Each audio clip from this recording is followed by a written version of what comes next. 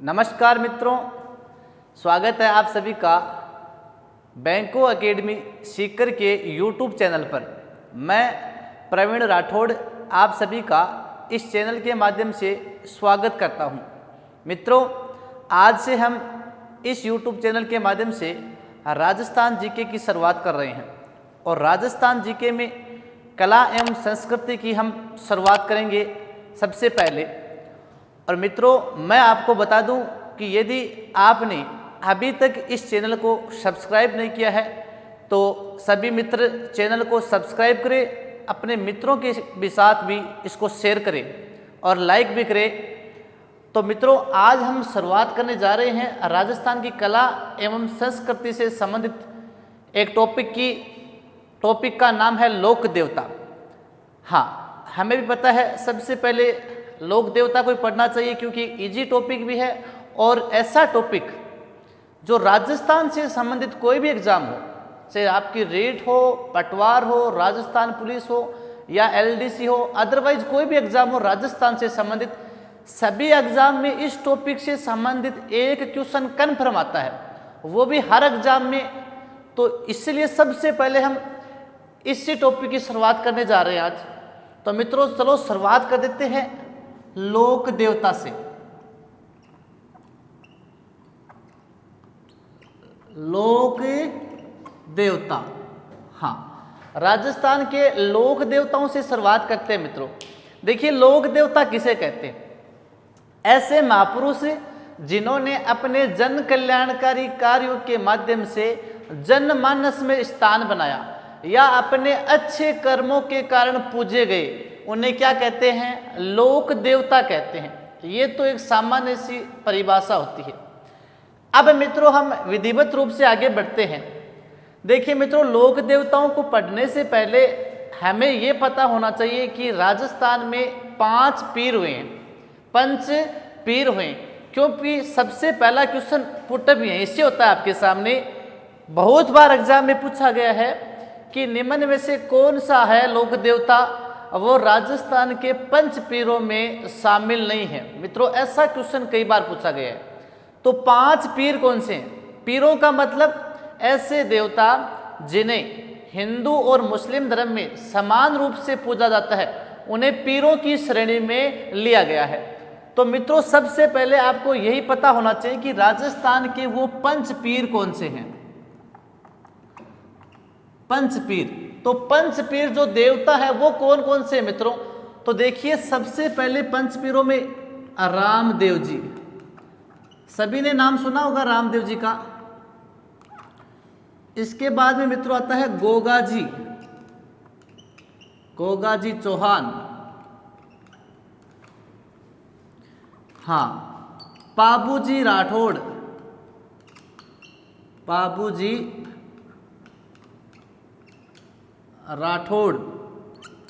इसके बाद में आता है मित्रों हड़बूजी सांखला।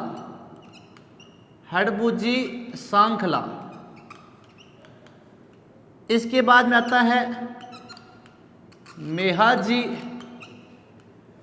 मांगलिया। मित्रों, ये राजस्थान के 5 पीर है। और मैं आपको यह भी बता दूं कि एग्जाम में जो क्वेश्चन पूछा गया है वो किस प्रकार का आया है कि निम्न में से कौन सा 5 पीरों में शामिल नहीं है।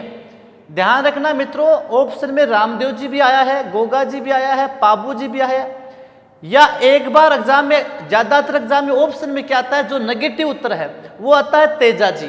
क्या आता है? तेजा जी। और इनमें से एक ऑप्शन डाल देते हैं। तो बहुत सारे स्टूडेंट्स के इनके नाम कम सुने हुए होते हैं।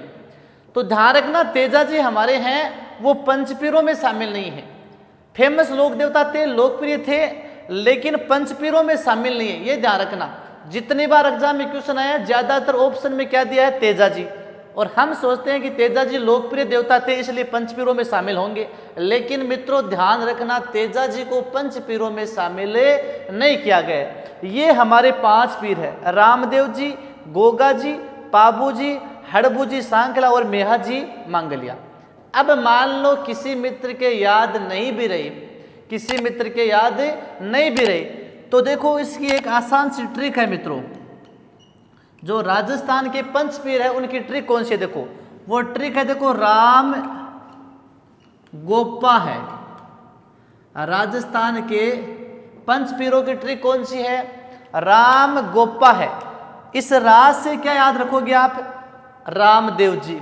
इस मै से क्या याद रखोगे? मेहा जी। इस गै से या गो से क्या रखोगे?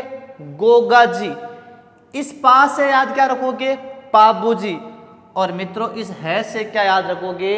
हड़बू जी सांखला। तो देखो आसान सी ट्रिक है, राम गोप्पा है, ये ट्रिक याद रख सकते हो आप आराम से, राम गोप्पा है। इस ट्रिक के माध्यम से आप आसानी से ये पता कर सकते हो कि हमारे पंचपीर कौन से हैं। तो रामदेव जी, गोगा जी, पाबू जी, हड़बू जी, मेहा जी, जिन्हें हिंदू और मुस्लिम धर्म में समान रूप से पूजा जाता है, ये हमारे पंचपीर है। ये तो हो गए मित्रों पंचपीर। सबसे पहला क्वेश्चन आपके सामने यहीं से पुटअप होता है, तो ये आपको ध्यान में रखना।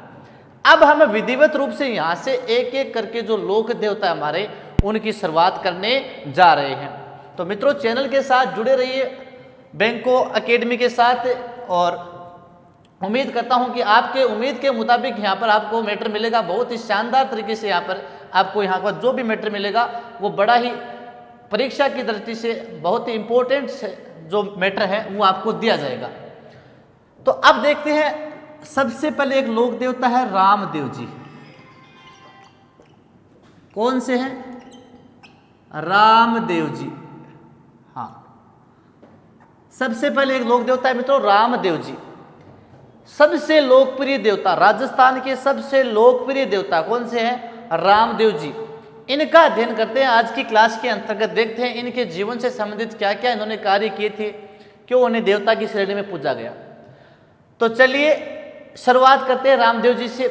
और मित्रों रामदेव जी के उपनाम क्या क्या, यानी किसी लोक देवता को पढ़ते हैं तो हमें उसके उपनामों की ओर जाना चाहिए सबसे पहले, क्योंकि काफी एग्जाम में आपने भी देखा होगा कि उपनाम पूछे जाते हैं। जैसे आपने सुना होगा कि प्लेग रक्षक देवता किसे कहते हैं, चार हाथों वाले देवता किसे कहते हैं, या इंटों का श्याम किस देवता को कहते हैं, शकुन शास्त्र के ज्ञाता किसे कहते हैं, या राम सा पीर किसे कहते हैं। इस प्रकार के उपनाम है मित्रों, काफी सारे देवताओं के हुए हैं।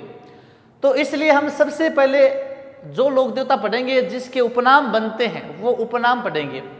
तो रामदेव जी के देखो मित्रों उपनाम क्या क्या है। रामदेव जी को किन किन उपनामों से जानते हैं? तो देखिए इन्हें कहते हैं मित्रों राम सा पीर। क्या कहते हैं? राम सा पीर। इन्हें कहते हैं मित्रों पीरों के पीर। क्या कहते हैं? पीरों के पीर। राम सा पीर, पीरों के पीर, रूणीचेरा धनिया, रूणीचेरा धनिया। और इन्हें कहते हैं मित्रों लीले घोड़े वाले बाबा। क्या कहते हैं? लीले घोड़े वाले बाबा, लीले घोड़े वाले बाबा। वो कौन है?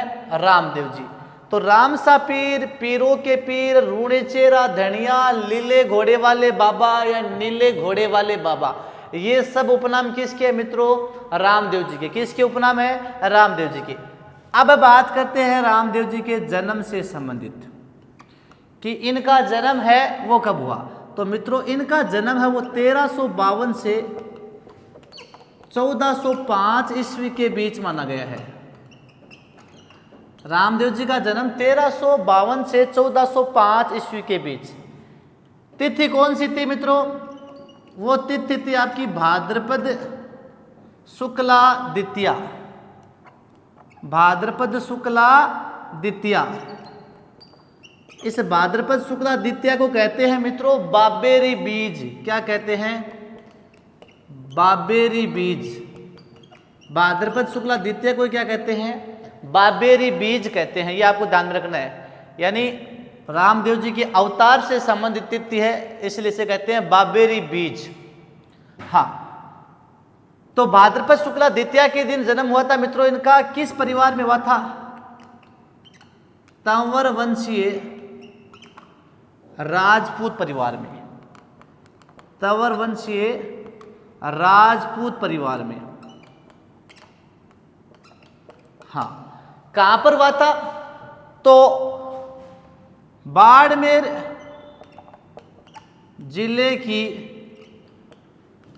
शिव तहसील के उड़कासमेर गांव में, बाड़मेर जिले की शिव तहसील के उड़कासमेर गांव में किसका जन्म हुआ था? रामदेव जी भगवान का जन्म हुआ था। 1352 से 1405 के बीच इनका जन्म माना गया है। भाद्रपद शुक्ला द्वितीया, जिसे बाबेरी बीज कहते हैं मित्रों, तंवर वंशीय राजपूत परिवार में, और बाड़मेर जिले की शिव तहसील के उड़कासमेर गांव में इनका जन्म हुआ था। इसके बाद में बात करते हैं नेक्स्ट कि रामदेव जी है मित्रों, वो किसके अवतार माने गए हैं? रामदेव जी हैं वो किसके अवतार माने गए हैं? तो मित्रों रामदेव जी हैं वो कृष्ण के अवतार माने गए हैं। किसके? कृष्ण के अवतार। अब आपको मैं ये भी बता दूं कि राजस्थान के जो लोक देवता हुए मित्रों, उन लोक देवताओं में मात्र 4 लोक देवता हैं जो किसी न किसी के अवतार हुए। कितने? 4 लोक देवता। तो हम एक बार साथ में चारों की चर्चा कर लेते हैं ताकि आपको अलग अलग याद नहीं करना पड़े। तो देखिए सबसे पहले देखो रामदेव जी हैं वो किसके अवतार हुए मित्रों? कृष्ण भगवान के। किसके अवतार हुए हैं? कृष्ण भगवान के। इसके बाद में रामदेव जी के बाद में एक आता है आपके पाबूजी राठौड़। किसके अवतार हुए मित्रों? ये लक्ष्मण के अवतार हुए। किसके अवतार हुए हैं? लक्ष्मण के अवतार हुए। इसके बाद में आता है देव नारायण जी। ये किसके अवतार हुए मित्रों? ये विष्णु के अवतार हुए हैं। किसके हुए हैं? विष्णु के अवतार हुए।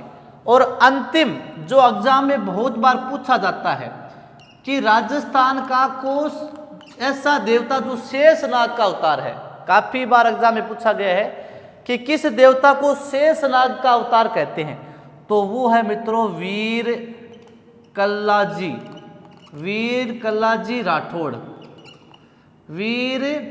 कल्लाजी राठौड़ को शेषनाग का अवतार कहते हैं। ध्यान रखना मित्रों, यहाँ पर तेजा जी और गोगा जी नहीं है। काफी मित्र हाँ गलत भी करके आते हैं इसको। तो 4 ही लोक देवता अवतार हुए, चारों ध्यान रखना एग्जाम में पूछे भी गए हैं। रामदेव जी कृष्ण भगवान के, पाबू जी है लक्ष्मण के अवतार हुए हैं, आपके देवनारायण जी भगवान विष्णु के अवतार हुए हैं, वीर कल्लाजी राठौड़ किसके अवतार हुए हैं? शेषनाग के अवतार हुए हैं। ये आपको ध्यान में रखना है। तो 4 लोक देवता अवतार हुए मित्रों, चारों को आपको साथ में याद करना है। अब रामदेव जी किसके अवतार हुए? भगवान श्री कृष्ण के अवतार हुए। ये आपको ध्यान में रखना है। हाँ, ये किसके वंशज माने गए हैं? रामदेव जी किसके वंशज माने गए हैं? महाभारत में एक नाम सुना होगा आपने, अर्जुन का। इस अर्जुन के वंशज माने गए हैं। तो मित्रों इतना तो लगभग आपको याद हो गया होगा। इनके उपनाम क्या क्या है? रामसा पीर, पीरों के पीर, रूणीचेरा धनिया। जन्म 1352 से 1405 के बीच है। भाद्रपद शुक्ला द्वितीया, जिसे बाबेरी बीज भी कहते हैं, बाड़मेर जिले में हुआ था। और अवतार किसके माने गए? भगवान रामदेव जी कृष्ण के हैं। वंशज किसके हैं? अर्जुन के।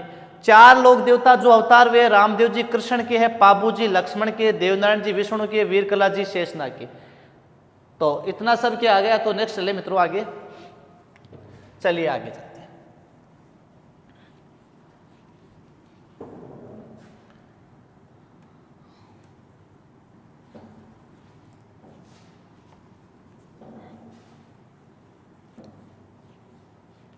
नेक्स्ट देखते हैं मित्रों रामदेव जी के बारे में। देखिए हाँ, किसके अवतार हुए? कृष्ण के अवतार हुए। वंशज किसके थे? अर्जुन के। अब इनकी माता का नाम बताइए। रामदेव जी की माता का नाम क्या था मित्रों? मैणा देवी। ये सामान्य जीवन परिचय पढ़ रहे हैं इनका। इनकी माता कौन थी? मैणा देवी। रामदेव जी के पिता कौन थे? इनके पिता का नाम, हाँ तो पिता थे अजमल जी तंवर। ये इनके पिताजी थे। हाँ, पत्नी कौन थी? तो पत्नी का नाम था नेतल दे। क्या नाम था? नेतल दे। इसे कहते हैं मित्रों निहाल दे, नेतल दे या निहाल दे। तो रामदेव जी की पत्नी कौन थी? नेतल दे या निहाल दे। ये मित्रों अमरकोट की थी। अमरकोट वर्तमान में पड़ता है पाकिस्तान में। तो अमरकोट पाकिस्तान का एक सोडा राजपूत था, दल्ले सिंह। तो अमरकोट पाकिस्तान के सोडा राजपूत दल्ले सिंह की बेटी कौन थी? नेतल दे, जो रामदेव जी की पत्नी थी। हाँ, बहन यानी इनकी सगी बहन, देखो दो बहनों का उल्लेख मिलता है। तो सगी बहन कौन थी इनकी? सुगनाबाई। सुगनाबाई इनकी सगी बहन थी, जिसका विवाह बीकानेर में पुगलगढ़ के परिहार राजा विजय सिंह के साथ हुआ था। वो है सुगनाबाई। एक रामदेव जी की थी मित्रों धर्म बहन, रामदेव जी की धर्म बहन, उसका नाम तो लगभग सभी जानते हैं, वो थी डालीबाई। रामदेव जी की धर्म भाई कौन थी मित्रों? डालीबाई। और आपसे पूछ ले कि डालीबाई है वो किस जाति की थी, तो मित्रों ये डालीबाई किस जाति की थी? मेघवाल जाति की। रामदेव जी की जो धर्म बहन थी डालीबाई, वो किस जाति की थी? मेघवाल जाति की। नेक्स्ट पॉइंट आता है मित्रों रामदेव जी के भाई का नाम। रामदेव जी के भाई कौन थे? तो वीरमदेव। कौन थे? रामदेव जी के बड़े भाई थे वीरमदेव। जिस प्रकार कृष्ण का भाई बड़ा भाई बलराम था, वह किसका अवतार था? बलराम का। इसलिए वीरमदेव को बलराम का अवतार माना गया। किसका? बलराम का अवतार माना गया। ये आपको ध्यान में रखना है। नेक्स्ट पॉइंट है मित्रों रामदेव जी के गुरु का नाम। रामदेव जी के गुरु कौन थे? तो मित्रों रामदेव जी के गुरु का नाम था योगी बालीनाथ जी। रामदेव जी के गुरु कौन थे? बालीनाथ जी। आपको ध्यान में रखना, रामदेव जी का गुरु पूछा गया एग्जाम में। और बालीनाथ जी का जो मंदिर है मित्रों राजस्थान में, बालीनाथ जी का मंदिर कहाँ पर है? तो इनका मंदिर है मित्रों मसूरिया पहाड़ी। कौन सी पहाड़ी? मसूरिया पहाड़ी। और मसूरिया पहाड़ी कहाँ है? जोधपुर में। तो रामदेव जी के गुरु बालीनाथ जी का मंदिर कहाँ पर है? मसूरिया पहाड़ी, जोधपुर में है। ये आपको ध्यान में रखना है। हाँ, रामदेव जी का घोड़ा, यानी घोड़े का क्या नाम था? घोड़े का नाम था लीला। क्या था? लीला, जिसे नीला भी बोलते थे। तो रामदेव जी का घोड़ा था लीला। लेकिन आपसे पूछ ले रामदेव जी के घोड़े का रंग कैसा था? रामदेव जी के घोड़े का रंग कैसा था? तो इस घोड़े का मित्रों नाम ही लीला था, लेकिन रंग कैसा था? रंग सफेद था। तो ये आपको ध्यान में रखना है मित्रों, रामदेव जी के घोड़े का नाम ही क्या था? लीला, लेकिन रंग कैसा था? सफेद था। ये आपको ध्यान में रखना है। एक पॉइंट आता है, कई बार एग्जाम में पूछा गया है कि रामदेव जी के जो मेघवाल भक्त आते हैं, रामदेव जी की जो मेघवाल भक्त आते हैं, उन मेघवाल भक्तों को क्या कहा गया है मित्रों? तो मित्रों रामदेव जी के जो मेघवाल भक्त हैं उन्हें रिखिया कहा गया है। रामदेव जी के मेघवाल भक्तों को क्या कहते हैं? रिखिया। देखिए कई बार पूछा गया है, रामदेव जी के मेघवाल भक्त क्या कहलाते हैं? रिखिया। और पैदल जो यात्री आते हैं उन्हें कहते हैं जात्रु। उन्हें क्या कहते हैं? जात्रु कहते हैं। तो ये सामान्य परिचय होता है इनके बारे में। इनकी माता का नाम मेणाते था। रामदेव जी के पिता अजमल जी तंवर थे। इनकी पत्नी नेतल दे या निहाल दे थी, जो अमरकोट की थी। सगी बहन सुगनाबाई, जिसका विवाह पुगलगढ़ बीकानेर में हुआ था। धर्म बहन डालीबाई, जो मेघवाल जाति की थी। इनके भाई का नाम क्या था? वीरमदेव, जो बलराम का अवतार था। इनके गुरु कौन थे? बालीनाथ जी। और बालीनाथ जी का मंदिर कहाँ है मित्रों? मसूरिया पहाड़ी, जोधपुर। घोड़ा लीला था, जिसका रंग कैसा था? सफेद था। इनके मेघवाल भगत क्या कहलाते हैं? रिखिया कहलाते हैं। और जो पैदल यात्री आते हैं इनके, उन्हें क्या कहते हैं? जात्रु। तो ये नॉर्मल परिचय होता है मित्रों। अब आगे बढ़ते हैं रामदेव जी के बारे में।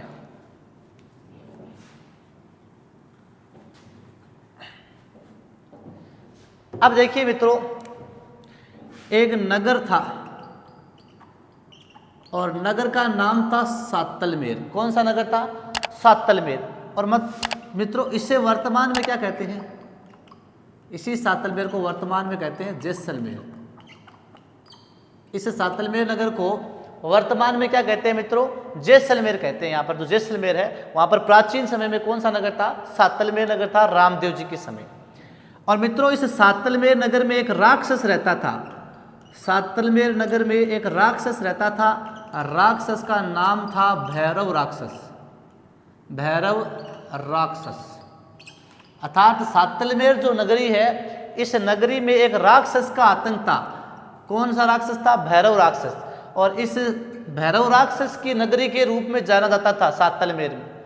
अब मित्रों इस सातलमेर नगर में जो भैरव राक्षस है, इस भैरव राक्षस का ये दैनिक क्रम था या नित्य क्रम था कि वहाँ की जनता को परेशान करना और प्रत्येक अमावस्या के दिन एक व्यक्ति की बलि लेना।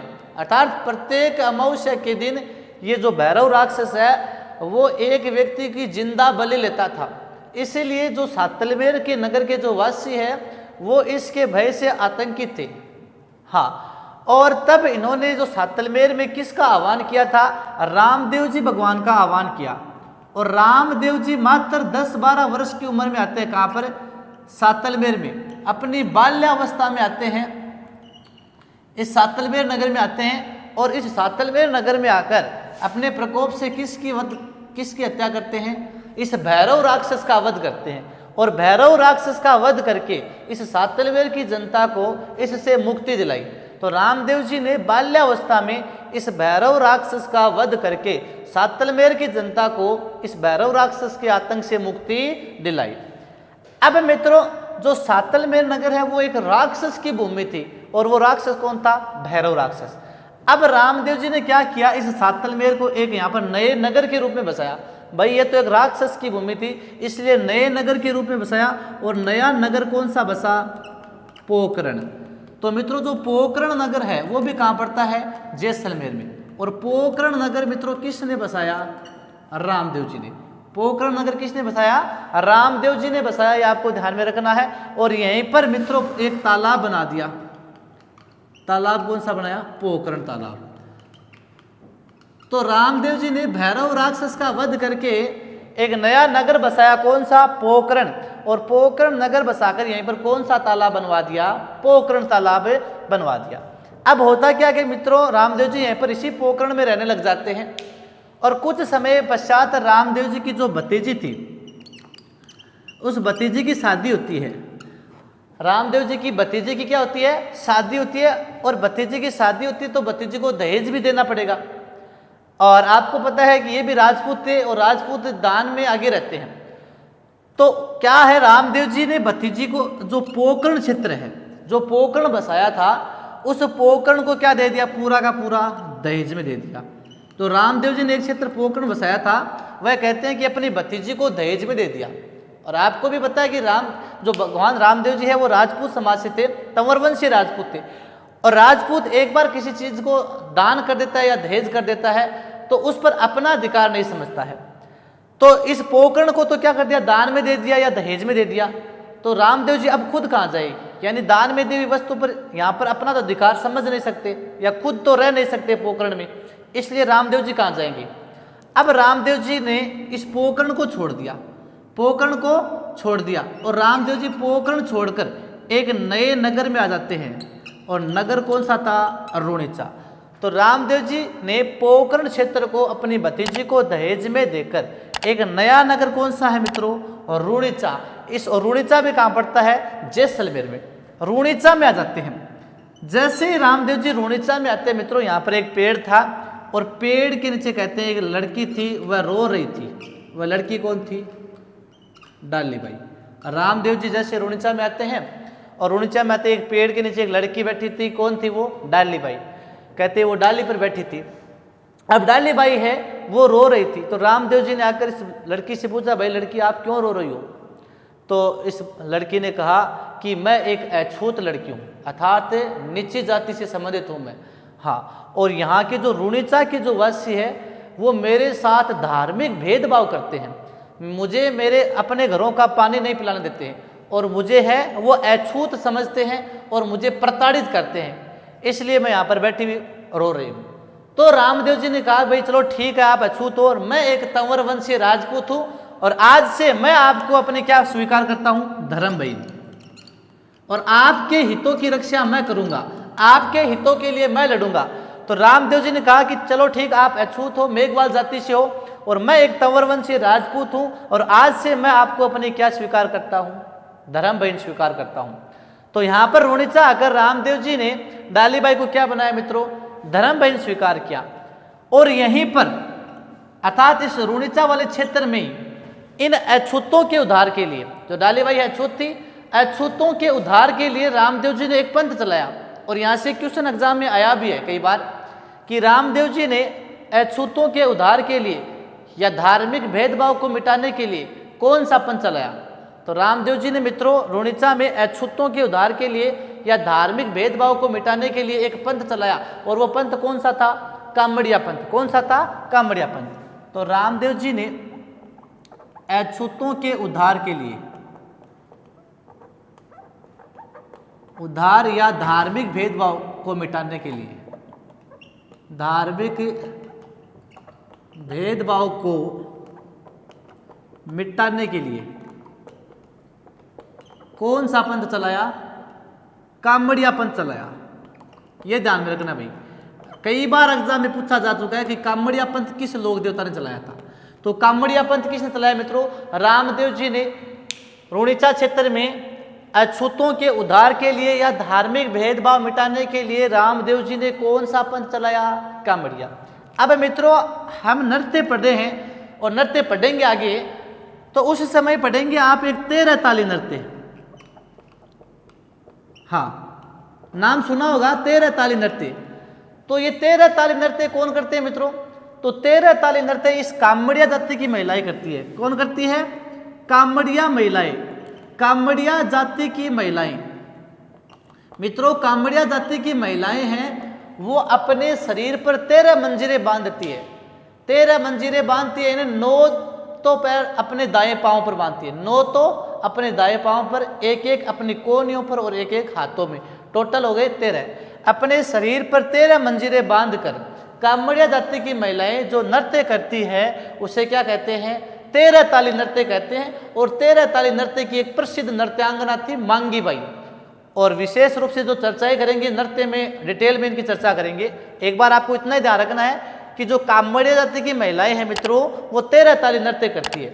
और ये 13 ताली नृत्य किस लोक देवता के मेले में होता है? वो रामदेव जी के मेले में होता है। ये इतना आपको ध्यान में रखना है। नेक्स्ट देखो मित्रों, आगे चलते हैं। हाँ, इतना हो गया। अब आपके सामने क्वेश्चन ये आता है कि आपने लोक देवियों का नाम सुना होगा, जैसे जीण माता है, करणी माता है, कई माता है, जैसे वो बहुत सारी है, जो भी है, आई माता, नारायणी माता। इन सभी लोक देवियों में एक ऐसी लोक देवी भी थी मित्रों जो रामदेव जी की शिष्या थी। अर्थात क्वेश्चन ये पूछा गया है कि एकमात्र ऐसी देवी जो रामदेव जी की शिष्या थी, एकमात्र ऐसी देवी जो रामदेव जी की शिष्या थी, वो कौन थी मित्रों? वो थी आई माता। कौन थी? आई माता। तो देखिए, एकमात्र देवी, एकमात्र देवी जो रामदेव जी की शिष्या थी, जो रामदेव जी की शिष्या थी, वो कौन थी मित्रों? आई माता। और आई माता के संदर्भ में मित्रों हम चर्चाएं करेंगे डिटेल में जब लोक देवियां पढ़ेंगे। थोड़ा बहुत बता देता हूं मैं कि आई माता का मंदिर कहां पर है? बिलाड़ा। कहां पर है? बिलाड़ा। और बिलाड़ा कहां पड़ता है मित्रों? जोधपुर में। एकमात्र ऐसी देवी जिसके मंदिर में दीपक से केसर की ज्योत टपकती है, वो कौन सी है? आई माता। ऐसी देवी जिसके मंदिर में गुर्जर जाति का प्रवेश निषेध है, वो कौन सी है? आई माता। वैसे आई माता गुजरात की थी और बहुत सुंदर थी, इसलिए कहते हैं कि मालवा का जो बादशाह है वो आई माता को अपनी बेगम बनाना चाहता था, और इसलिए आई माता ने गुजरात छोड़ दिया और कहाँ गई? बिलाड़ा आ गई। और बिलाड़ा आकर सबसे पहले रामदेव जी की शिष्यता स्वीकार की और रामदेव जी की शिष्या बन गई। तो एकमात्र ऐसी देवी जो रामदेव जी की शिष्या थी, वो आपको ध्यान में रखना है मित्रों, वो कौन सी है? आई माता। और आई माता का जो मंदिर है राजस्थान में, वो कहाँ है? बिलाड़ा। और बिलाड़ा कहाँ पड़ता है? जोधपुर में। अब देखिए मित्रों आगे कि रामदेव जी का एक था मोसेरा बाई। रामदेव जी का एक मोसेरा बाई था। रामदेव जी का मोसेरा बाई कौन था?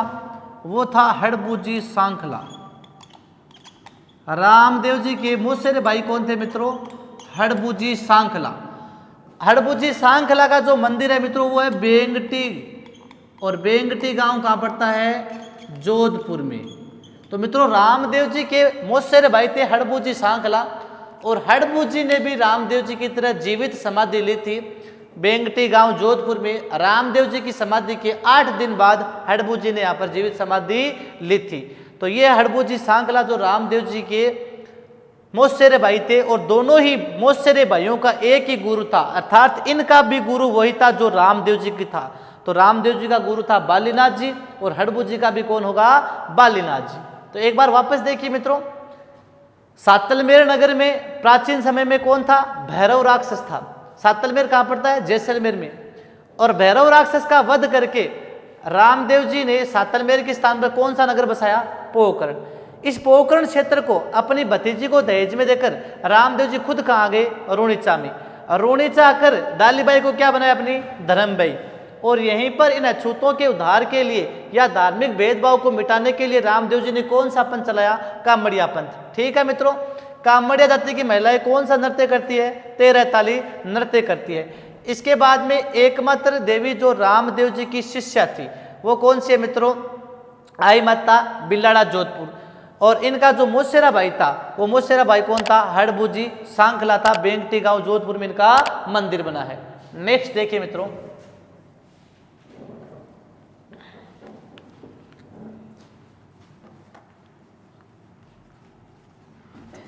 इसके बाद में आता है मित्रों कि एकमात्र ऐसे देवता जो कवि थे, एकमात्र देवता जो कवि थे वो कौन थे, रामदेव जी। एकमात्र देवता जो कवि थे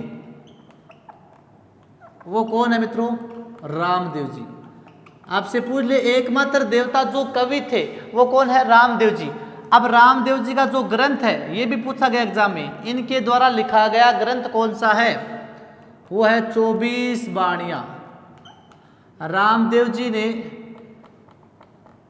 कौन सा ग्रंथ लिखा मित्रों, 24 बाणियां। रामदेव जी के द्वारा लिखा गया ग्रंथ कौन सा है, 24 बाणियां। तो एकमात्र देवता जो कवि थे वो रामदेव जी है और इनका जो ग्रंथ है मित्रों वो कौन सा है, 24 बाणियां इनका ग्रंथ है। ये आपको ध्यान में रखना है। रामदेव जी ने एक आंदोलन चलाया था मित्रों और उस आंदोलन का नाम था शुद्धि आंदोलन। कई बार पूछा गया है कि शुद्धि आंदोलन किस लोक देवता ने चलाया। शुद्धि आंदोलन क्या था, यानी उस समय में हिंदू धर्म के लोगों को जबरदस्ती मुस्लिम धर्म का आधिपत्य था, इसलिए मुस्लिम धर्म के लोग हैं हिंदू धर्म के लोगों को जबरदस्ती मुस्लिम धर्म में परिवर्तित करवा रहे थे। इसलिए रामदेव जी ने एक आंदोलन चलाया, शुद्धि आंदोलन। इस आंदोलन के तहत जबरदस्ती हिंदू से मुस्लिम बनाए गए लोगों को वापस हिंदू धर्म में दीक्षित करवाया गया। इसलिए हिंदुओं को मुसलमान होने से बचाने के लिए रामदेव जी ने जो आंदोलन चलाया उसे क्या कहते हैं, शुद्धि आंदोलन। तो रामदेव जी ने शुद्धि आंदोलन चलाया, शुद्धि आंदोलन चलाया, अर्थात हिंदुओं को मुसलमान होने से बचाने के लिए रामदेव जी ने कौन सा आंदोलन चलाया, शुद्धि आंदोलन चलाया। ये आपको ध्यान में रखना है। अब मित्रों जो रामदेव जी का मंदिर है उस मंदिर को देवरा कहते हैं। क्या कहते हैं, देवरा। और ये सबसे बड़ा देवरा कहाँ पर है, सबसे बड़ा देवरा, ये सबसे बड़ा देवरा है रोणीचा में। कहाँ पर है, रोणीचा में, जिसे कहते हैं राम देवरा। क्या कहते हैं, राम देवरा। तो रामदेव जी है, इनके मंदिर को देवरा कहते हैं मित्रों। और सबसे बड़ा देवरा रोणीचा में है, जिसे क्या कहते हैं, राम देवरा कहते हैं। ये आपको ध्यान में रखना है। हाँ, जो भगवान रामदेव जी ने चमत्कार किए थे उन चमत्कारों को क्या कहते हैं, चमत्कारों को कहते हैं मित्रों पर्चा देना। क्या कहते हैं, पर्चा देना। रामदेव जी के द्वारा दिए गए चमत्कारों को क्या कहते हैं, पर्चा देना कहते हैं। और भगत है, इनके कपड़े से निर्मित घोड़े चढ़ाते हैं। तो कपड़े से निर्मित जो घोड़े चढ़ाते हैं उन्हें क्या कहते हैं, गुड़ला कहते हैं। तो भक्तों द्वारा इनके कपड़े के घोड़े चढ़ाए जाते हैं।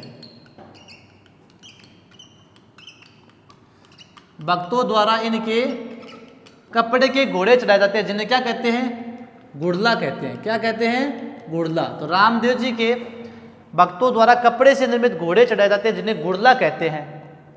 और इनके जो चरण चिन्ह पूजे जाते हैं मित्रों, रामदेव जी के जो चरण चिन्ह पूजे जाते हैं वह चरण चिन्ह क्या कहलाते हैं, पगल्या कहलाते हैं। क्या कहलाते हैं, पगल्या कहलाते हैं। और एक इम्पोर्टेंट, इनकी जो पचरंगी ध्वजा होती है, पचरंगी ध्वजा, रामदेव जी की जो पचरंगी ध्वजा होती है उसे क्या कहते हैं? नेजा कहते हैं। क्या कहते हैं मित्रों? नेजा कहते हैं। तो यानी एकमात्र देवता जो कवि थे वो रामदेव जी थे। इनका ग्रंथ है 24 वाणियाँ। इन्होंने कौन सा आंदोलन चलाया? शुद्धि आंदोलन। इनका मंदिर देवरा कहलाता है। सबसे बड़ा देवरा रूणीचा में है, जिसे राम देवरा कहते हैं। इनके चमत्कार परचा देना कहलाता है। भक्तों द्वारा इनके जो कपड़े की घोड़े चढ़ाते हैं उन्हें क्या कहते हैं? गुड़ला कहते हैं। इनके जो चरण चिन्ह पूजे जाते हैं मित्रों उन्हें पगला कहते हैं। पचरंगी जो ध्वजा होती है इनकी उसे क्या कहते हैं मित्रों? नेजा कहते हैं। नेक्स्ट देखते हैं मित्रों इनके बाद में।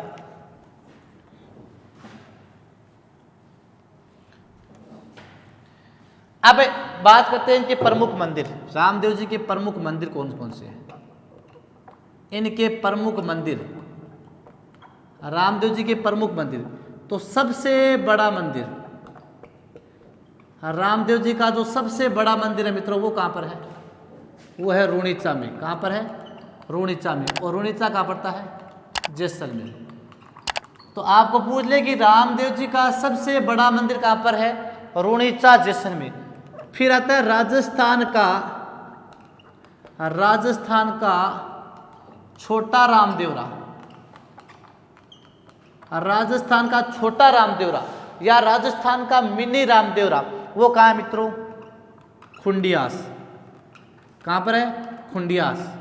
और खुंडियास कहाँ पड़ता है मित्रों? अजमेर में। कहाँ पड़ता है? अजमेर में। उसके बाद में आता है मित्रों भारत का छोटा रामदेवरा। भारत का छोटा रामदेवरा। भारत का छोटा रामदेवरा कहाँ पर है मित्रों? गुजरात। कहाँ पर है? गुजरात। भारत का छोटा रामदेवरा कहाँ पर है मित्रों? गुजरात। इसके बाद में देखो एक मंदिर है सूरत खेड़ा मंदिर। सूरत खेड़ा मंदिर वो कहाँ पर है मित्रों? चित्तौड़गढ़ में। कहाँ पर है?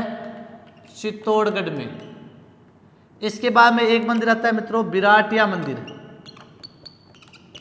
बिराटिया मंदिर ये पड़ता है मित्रों पाली। एक मंदिर आता है मित्रों अधरशिला रामदेव जी। अधरशिला रामदेव जी। और ये अधरशिला रामदेव जी का मंदिर है जोधपुर में। कहाँ पर है? जोधपुर में। अधरशिला अर्थात भूमि से कुछ ऊपर उठा हुआ मंदिर है ये, इसलिए से झूलता हुआ प्रतीत होता है। तो अधरशिला रामदेव जी का मंदिर कहाँ है? जोधपुर में। तो ये इनके प्रमुख मंदिर है। सबसे बड़ा मंदिर रूणीचा, जैसलमेर में। और राजस्थान का छोटा रामदेवरा अर्थात इस मंदिर के बाद 2 नंबर का मंदिर कहाँ पर है? खुंडियास में। यह ध्यान रखना। भारत का छोटा रामदेवरा गुजरात में, सूरत खेड़ा मंदिर चित्तौड़गढ़ में, बिराटिया पाली और अधरशिला रामदेव जी कहाँ पर है? जोधपुर में। ये इनके प्रमुख मंदिर है। इसके बाद में आता है मित्रों इनका मेला, रामदेव जी का मेला। और ये मेला कब लगता है? भाद्रपद शुक्ला द्वितीया से, भाद्रपद शुक्ला द्वितीया से एकादशी तक। भाद्रपद शुक्ला द्वितीया से एकादशी तक इनका मेला लगता है। कहाँ पर लगता है? रूणीचा में। कहाँ पर लगता है? रूणीचा में। तो भाद्रपद शुक्ला एकादशी से द्वितीया तक, भाद्रपद शुक्ला द्वितीया से भाद्रपद शुक्ला द्वितीया जो इनकी जन्म की तिथि थी और इनका जो निर्वाण हुआ था भाद्रपद में हुआ था, भाद्रपद शुक्ला एकादशी। तो भाद्रपद शुक्ला द्वितीया से एकादशी तक रूणीचा जैसलमेर में इनका मेला लगता है मित्रों, ये ध्यान रखना। और ये जो मेला है मित्रों ये राजस्थान का सांप्रदायिक सद्भाव की दृष्टि से सबसे बड़ा मेला है। तो सांप्रदायिक सद्भाव का सबसे बड़ा मेला, सबसे बड़ा मेला। तो राजस्थान में सांप्रदायिक सद्भाव अर्थात सभी धर्मों के लोग आते हैं यहाँ पर। तो सांप्रदायिक सद्भाव का मेला है सबसे बड़ा किसका है? रामदेव जी का, ये ध्यान रखना। और इस मेले का जो आकर्षण है, मेले का आकर्षण, इस मेले का आकर्षण क्या है मित्रों? एक तो है आपका 13 ताली नृत्य। कौन सा है? 13 ताली नृत्य, जो कौन करती है? कामड़िया जाति की महिलाएं। एक मेले में रात्रि में जो जागरण होता है उस जागरण को कहते हैं जम्मा जागरण। रामदेव जी के मेले में रात्रि जागरण को क्या कहते हैं मित्रों? जम्मा जागरण कहते हैं। तो ये इनका मेले से संबंधित ध्यान रखना।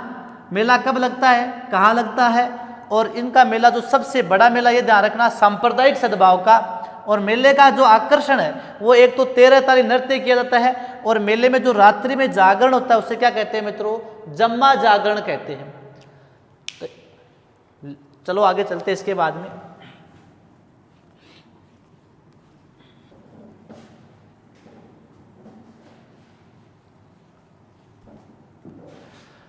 नेक्स्ट देखिए मित्रों, इसके बाद में रामदेव जी के सहयोगी, इनके सहयोगी कौन थे? रामदेव जी के सहयोगी अर्थात जिन्होंने रामदेव जी का सहयोग किया था या रामदेव जी के भगत के रूप में थे, तो वो थे हरजी बाठी। एक तो आता है हरजी बाठी, एक आता है रत्ना राय का, और एक आता है आपका लखी बंजारा। लखी बंजारा ये रामदेव जी के सहयोगी थे। हरजी बाटी, रत्ना राय का और लखी बंजारा ये रामदेव जी के 3 सहयोगी थे। तो इन तीनों का संबंध पूछ ले भाई, हरजी बाटी या रत्ना राय का या लखी बंजारा, इन तीनों का संबंध किस देवता से है? रामदेव जी से। ये आपको ध्यान में रखना है, ठीक है। आगे चलते मित्रों। हाँ, रामदेव जी के संदर्भ में कही गई पंच पीरों की उक्ति, पंच पीरों की उक्ति। ये पंच पीर कौन थे भाई? मक्का मदीना से आए थे 5 पीर। मक्का मदीना कहां पड़ता है? सऊदी अरब में। और रामदेव जी के जो चमत्कार है वो सऊदी अरब तक पहुंच गए थे, मक्का मदीना तक। तो मक्का मदीना से 5 पीर चलकर आए थे भगवान रामदेव जी की परीक्षा लेने के लिए। और कहाँ आते हैं? हाँ, रोनिचा में आ जाते हैं और यहाँ पर आकर एक पीपली के पेड़ के नीचे बैठते हैं, जिसे पंच पीपली कहते हैं। और उस पीपले के पेड़ के नीचे आकर रामदेव जी को बुलाते हैं, रामदेव जी की परीक्षा लेने के लिए, और कहते हैं कि हमें भूख लगी है और हमें खाना चाहिए। तो रामदेव जी भगवान ने जैसा भी उनके पास खाना था उन पंच पीरों को खाना परोस दिया, लेकिन उन पीरों ने खाना खाने से क्या कर दिया? मना कर दिया। और उन्होंने कहा कि रामदेव जी, हमारा नियम है कि हम हमारे ही बर्तनों में खाना खाते हैं, किसी दूसरे के बर्तनों में हमने खाना आज तक नहीं खाया। और हमारे जो बर्तन हैं वो बर्तन तो हम मक्का मदीना में भूल गए, इसलिए आपके बर्तनों में हम खाना नहीं खा सकते। तो फिर रामदेव जी ने कहा चलो ठीक है, आप अपनी आंखें बंद करो। जैसे ही पंच पीरों ने अपनी आंखें बंद की, रामदेव जी ने अपने हाथ फैलाए और मक्का मदीना से जो उनके बर्तन थे वो बर्तन सामने लाकर उनके सामने रख दिए और फिर उनमें खाना परोस दिया। फिर कहा कि अब आप अपनी आंखें खोलो। जैसे ही पंच पीरों ने अपनी आंखें खोली तो देखा कि जिन बर्तनों में वो हमेशा खाना खाते थे वो बर्तन उनके सामने रखे हुए हैं। तब उन पंच पीरों ने कहा था कि वास्तव में हम तो पीर है, लेकिन आप तो पीरों के पीर है। तो रामदेव जी को लेकर पंच पीरों ने कहा था कि हम तो पीर है, लेकिन आप तो पीरों के पीर है। हम तो पीर है, लेकिन आप तो पीरों के पीर है। आप तो पीरों के पीर है। तो रामदेव जी के संदर्भ में कही गई पंच पीरों की उक्ति क्या है? हम तो पीर है, लेकिन आप तो पीरों के पीर है। ये उक्ति किस लोक देवता के संदर्भ में कही गई है? ये रामदेव जी के संदर्भ में कही गई है। मक्का मदीना से आए हुए पंच पीरों ने कहा था। ठीक है मित्रों, अब नेक्स्ट चलते हैं। रामदेव जी के फड़ से संबंधित क्वेश्चन करते हैं। पहले ले लेते हैं उनकी समाधि, यानी रामदेव जी ने समाधि कब ली? तो इन्होंने समाधि ली मित्रों 1458 ईस्वी। कब ली? 1458 ईस्वी भाद्रपद शुक्ला एकादशी को रामदेव जी ने समाधि कब ली? 1458 ईस्वी। देखो भादवा का महीना था, जन्म भी भादवे में हुआ था, शुक्ल पक्ष में हुआ वो भी, इसीलिए इनका मेला देखो भाद्रपद शुक्ला द्वितीया से एकादशी तक लगता है। तो 1458 ईस्वी भाद्रपद शुक्ला एकादशी। एक तालाब है राम सरोवर की पाल, राम सरोवर की पाल। और ये राम सरोवर की पाल कहाँ है? रुड़ीचा, जैसलमेर में। तो जो राम सरोवर की पाल जो ये तालाब है मित्रों, ये भी रामदेव जी ने बनवाया था। तो 2 तालाब, एक तालाब तो आपका कौन सा हो गया? पोकरण तालाब, और एक हो गया राम सरोवर। इन दोनों का निर्माण रामदेव जी ने करवाया था। तो समाधि 1458 ईस्वी भाद्रपद शुक्ला एकादशी को राम सरोवर की पाल रुणीचा में जीवित समाधि ली थी।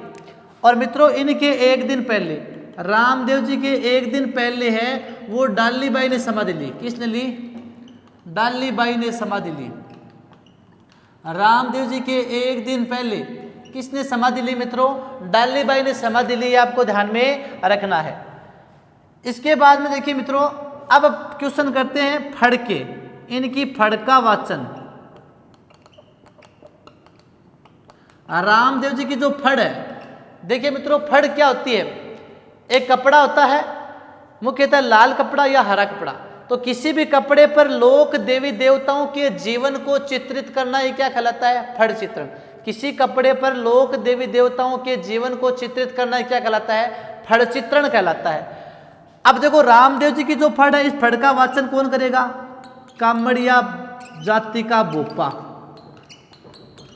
रामदेव जी की फड़ का वाचन कौन करता है, कामड़िया जाति का बोपा। नेक्स्ट प्रश्न है कि फड़ के वाचन में प्रयुक्त वाद्य यंत्र, फड़ के वाचन में प्रयुक्त वाद्य यंत्र। रामदेव जी की जो फड़ है, इस फड़ का वाचन किया जाता है मित्रों। वाचन के समय वाद्य यंत्र कौन सा बजाया जाता है, वह वाद्य यंत्र है रावण हत्ता। कौन सा है, रावण हत्ता, जिसमें 9 तार होते हैं। तो रामदेव जी के फड़ के वाचन में प्रयुक्त वाद्य यंत्र कौन सा है, रावण हत्ता। और इनकी जो फड़ है, उस फड़ को सबसे पहले चित्रित किसने किया था, तो रामदेव जी की फड़ है, इस फड़ का चित्तेरा कौन था मित्रों, तो रामदेव जी की फड़ का चित्तेरा था चौथमल। कौन था मित्रों, चौथमल। तो चौथमल है वो रामदेव जी की फड़ का चित्तेरा था, ये आपको ध्यान रखना है। तो फड़ के 3 क्वेश्चन। फड़ का वाचन तो कामड़िया जाति का भोपा करता है, फड़ के वाचन में जो वाद्य यंत्र बजाया जाता है वो रावण था, और फड़ का चित्तेरा कौन है इनका, चौथमल। ये आपको ध्यान में रखना है। अब देखो मित्रों 2-3 क्वेश्चन और देखते हैं इनके संदर्भ में।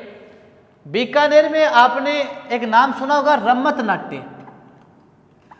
देखो लोक नाट्यों में एक टॉपिक आता है रम्मत नाट्य। हालांकि देखो सिलेबस में पटवार पुलिस वाले में तो नहीं है नाट्य, जो लोक नाट्य हैं वो देखो पौराणिक कथाओं के आधार पर इनका मंचन किया जाता है। और ये रम्मत नाट्य कहाँ का प्रसिद्ध है, बीकानेर का। कहाँ का है, बीकानेर का। तो लोक नाट्यों में एक टॉपिक आता है आपके रम्मत नाट्य। तो रम्मत नाट्य जिसका मंचन पौराणिक कथाओं के आधार पर होता है, कहाँ का प्रसिद्ध है, बीकानेर का। हमें ये नहीं पूछा जाएगा टॉपिक लोक देवता वाले में, लेकिन ये पूछा जा सकता है कि बीकानेर में जो रम्मत नाट्य है, इस रम्मत नाट्य के आरंभ होने से पूर्व किस लोक देवता के भजन गाए जाते हैं। बीकानेर में रम्मत नाट्य के आरंभ होने से पूर्व किस लोक देवता के भजन गाए जाते हैं मित्रों, तो इस रम्मत नाट्य के आरंभ होने से पूर्व, आरंभ से पूर्व किसके भजन गाए जाते हैं मित्रों, रामदेव जी के भजन गाए जाते हैं। किसके, रामदेव जी के भजन गाए जाते हैं, ये ध्यान रखना भाई। बीकानेर में रम्मत नाट्य के आरंभ होने से पूर्व किस लोक देवता के भजन गाए जाते हैं, ये ध्यान रखना है, रामदेव जी के भजन गाए जाते हैं। इसके अलावा हम बात करें मित्रों, सभी लोक देवताओं में सबसे बड़ा भजन, सभी लोक देवताओं में सबसे बड़ा भजन पूछ लिया आपको।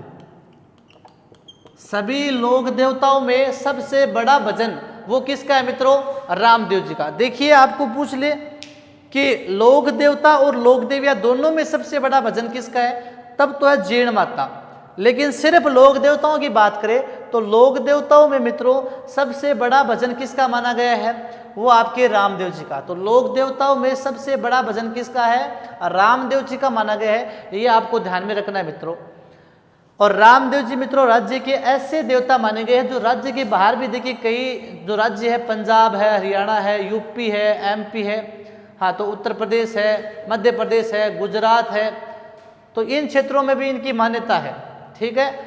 और भक्तों के द्वारा रामदेव जी के क्या है, वो ब्यावले गाए जाते हैं। ऐसे देवता है रामदेव जी जो मूर्ति पूजा के विरोधी थे, मूर्ति पूजा के विरोधी थे, वो भी कौन थे, रामदेव जी। तो एक बार वापस इसको रिपीट कीजिए, अंतिम कड़ी ये चल रही है।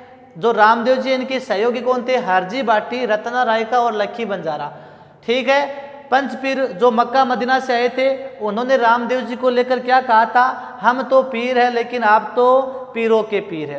रामदेव जी ने समाधि कब ली, 1458 ईस्वी भाद्रपद शुक्ला एकादशी, राम सरोवर की पाल रूणीचा जैसलमेर में इन्होंने समाधि ली थी, जीवित समाधि ली थी। इनके एक दिन पहले डालीबाई ने भी जीवित समाधि ली थी। इसके बाद इनकी फड़का वाचन, रामदेव जी की फड़का वाचन कौन करता है मित्रों, कामड़िया जाति का भोपा करता है। फड़के वाचन में जो प्रयुक्त वाद्य यंत्र वो कौन सा है मित्रों? रावण हत्ता बजाया जाता है। इनकी फड़का चित्तेरा कौन था? चौथमल था। बीकानेर में रम्मत नाट्य के आरंभ होने से पूर्व किसके भजन गाए जाते हैं? रामदेव जी के। लोक देवताओं में सबसे बड़ा भजन किसका है? रामदेव जी का। तो मित्रों ये थे हमारे लोक देवता रामदेव जी, और आज एक लोक देवता है वो आपका कंप्लीट हो गया है, वो है रामदेव जी। तो मित्रों क्लास यदि अच्छी लगी तो इसको लाइक कीजिए, शेयर कीजिए, और बैंको अकेडमी सीकर के यूट्यूब चैनल को शेयर करना न भूलें मित्रों, और सभी मित्र इसको सब्सक्राइब भी करें। धन्यवाद।